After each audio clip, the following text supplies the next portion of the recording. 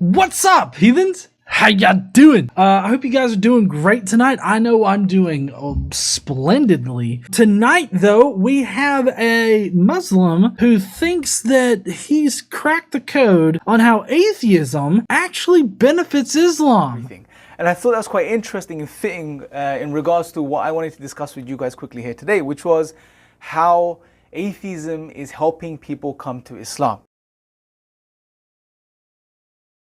Now, I know this may sound really strange to some of you. I wonder, does that sour Islam now? Because atheism helps Islam? You know, I don't know. Maybe. Who knows? I don't know how that works. But we're going to figure it out.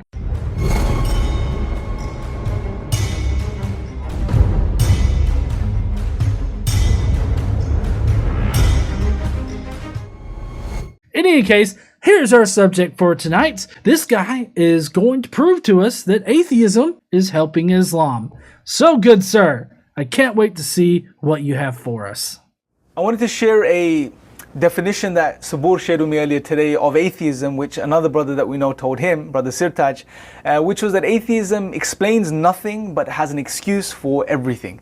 No, don't like that. Right off the bat here, within the first 12 seconds, I have to vehemently disagree with the way that you're framing this, because atheism is not meant to be an explanation for anything. Atheism is a person's single position on a single question, and that's whether or not a God exists. I guess I really don't understand why you're framing this as if atheism is meant to be religious in nature. By that, I mean providing like a completely fleshed out worldview. That's not what atheism is. That's not how it's ever been defined. But you see, the problem is that these kinds of religious apologists, they need to put atheism on a religious playing field. That way it makes it seem like it's just one religious viewpoint versus another religious viewpoint, and they feel like they can attack it more if they put it on that kind of playing field. In reality, atheism doesn't make any kind of claims or anything like that other than the fact that the person is not convinced that a God exists. That's all that it says. We have to fill in what we think about certain arguments and certain things, but atheism itself is literally not what you describe it as.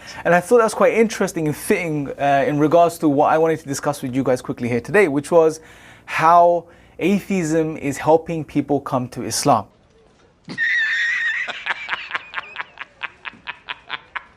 Are you serious? Now, I know this may sound really strange to some of you, but it's no stranger than how Christianity, I believe, led to atheism. I wouldn't say that my Christian belief led me to atheism. It was me questioning Christianity that caused me to leave the faith. And then I had a wide open field for me to choose from. What did I think about this reality, right? Did I think that God existed or did I not? And if I did, then which particular version of God do I think exists? Which one convinces me that he exists?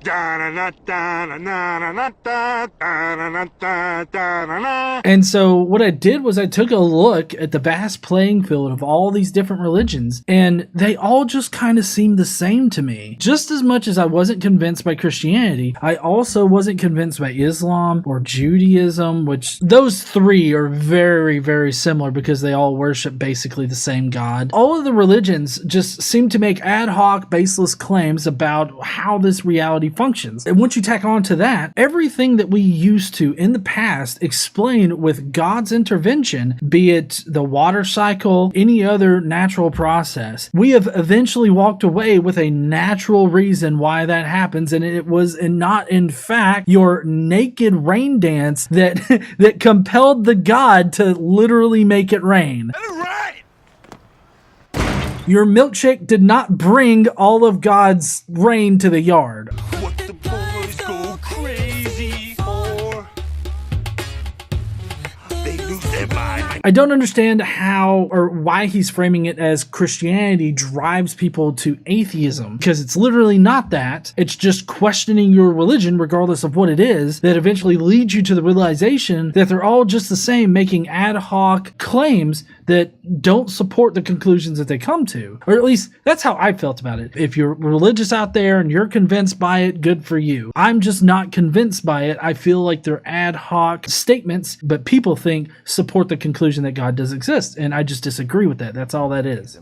You know, the restriction Christianity placed on free thinking, the fundamental tenets and doctrine of Christianity, such as that of the Trinity, which was adverse to reason. There was no synthesis, there never could be any synthesis achieved between reason and revelation from a Christian perspective, historically speaking. Thomas Aquinas tried to bridge the gap, didn't work, and hence you had people like Martin Luther who came out and spoke aggressively against reason, which eventually led to the period of enlightenment, the modern world, which finally, or as a result, turned away from God and religion altogether, and therefore created a fertile environment for atheism to thrive in. I mean, did this guy just slippery slope his fucking way down a gigantic fucking hill that showed how Christianity created atheism? What's wrong with you? I feel like that's what his slip and slide kind of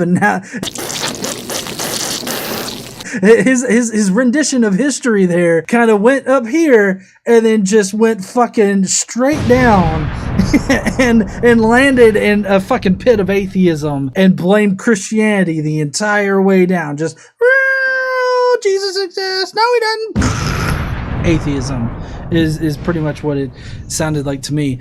Atheism's been around for the longest time. As long as there's been religious claims, there have been people that are not convinced by those religious claims. These are just the small minority. I agree, it has been a minority. It's a small minority of people that have not been convinced of any supernatural or religious claim. I feel like he just made one of the slopiest arguments ever. But don't break it, just make sure you shake it.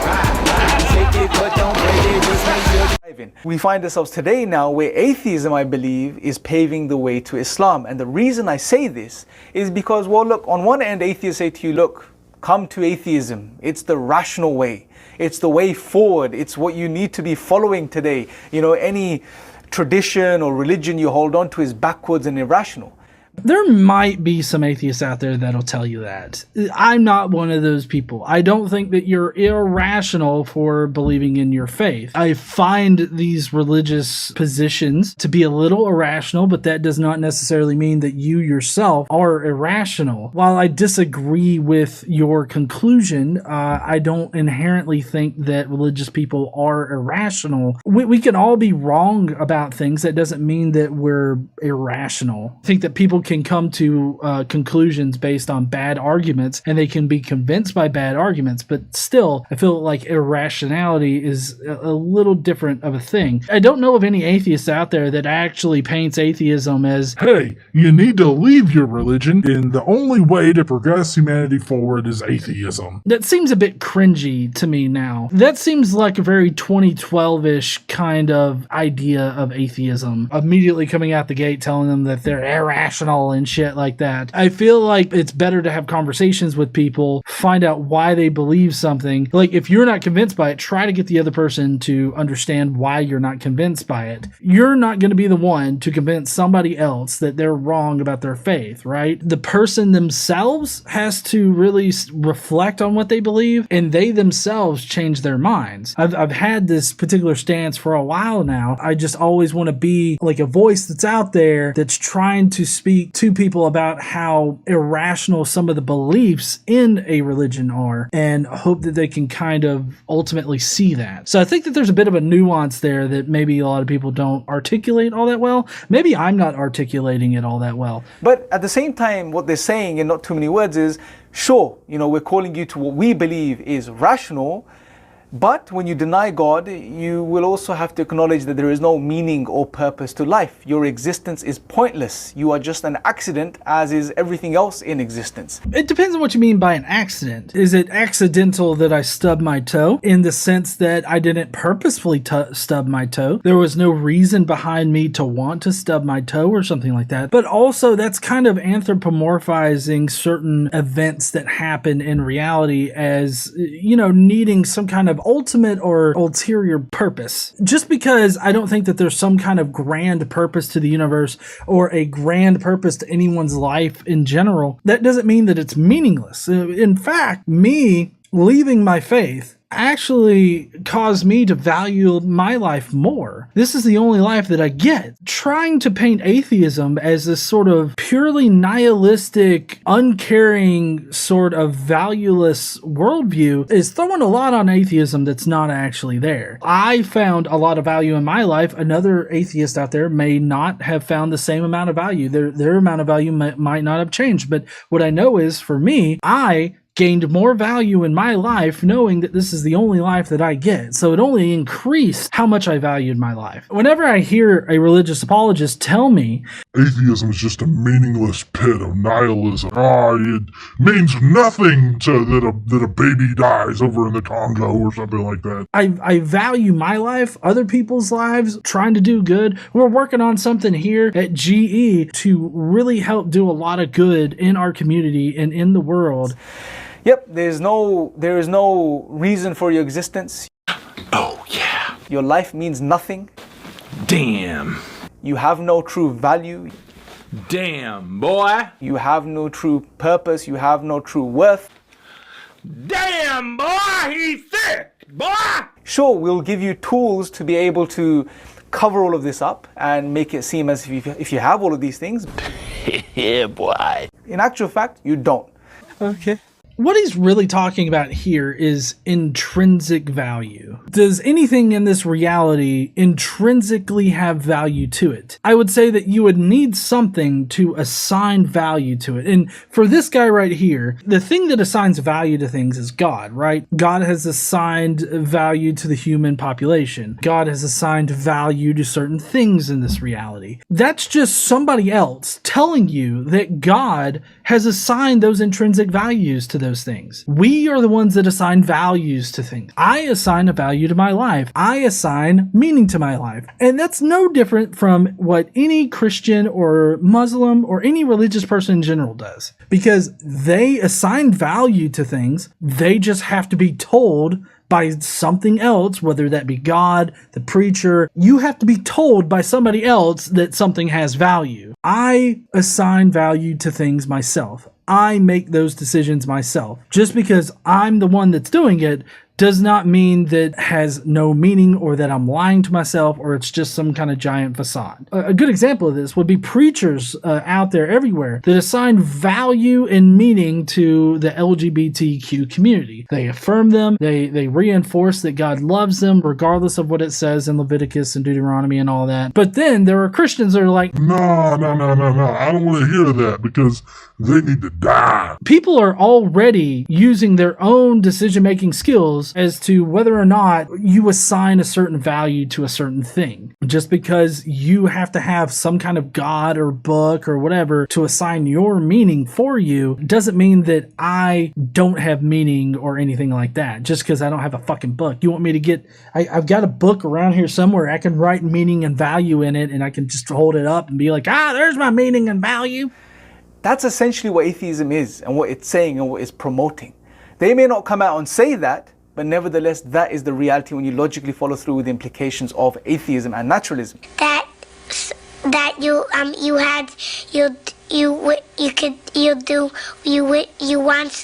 Now, when someone, a human being, finds themselves in that position where they recognize these implications of atheism, Enemy spotted. they would realize straight away, this is absolute nonsense. This doesn't fit with my nature, with what I know to be true as a human being. If anything, this degrades me as a human being. What's your question? What is wrong with your way? I don't see how it can degrade you as a human being, other than he considers not having intrinsic value as being valueless. Maybe he's talking about how we're just another animal on this planet and the universe doesn't give a shit about us.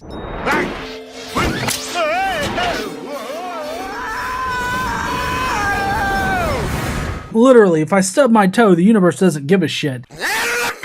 The desk is still gonna be there. The legs are still gonna be there, just stub my toe. My foot!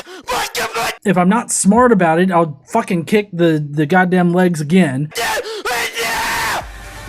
The universe simply doesn't give a shit about whether or not you stub your toe, lose your keys, or anything else in this world. Just because there's no ultimate creator out there to ultimately care about whether or not you fucking find your keys to leave for work in the morning, that doesn't mean that it inherently has value that you find your keys. It strips me from those things that make me a human being.